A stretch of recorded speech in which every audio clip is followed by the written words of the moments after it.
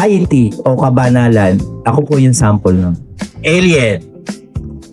Ang piety o kabanalan ay paggawa ng mga bagay na ikapupuri para sa Diyos at hindi para sa ating sarili. Kapag ang ating trabaho ay iniaalay natin bilang papuri sa Diyos, ang bawat dokumentong pinipirmahan, bawat taong tinutulungan, at bawat problemang nilulutas ay nagiging isang anyo ng pagsamba. When we choose integrity, we are honoring God's truth.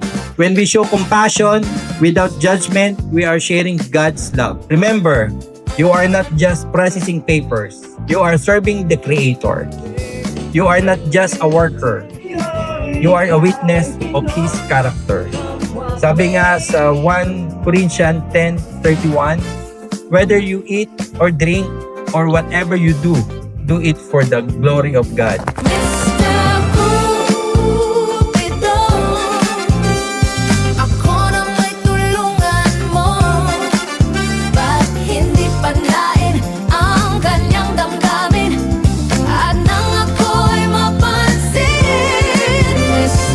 We public servants are serving not to be served. Alien.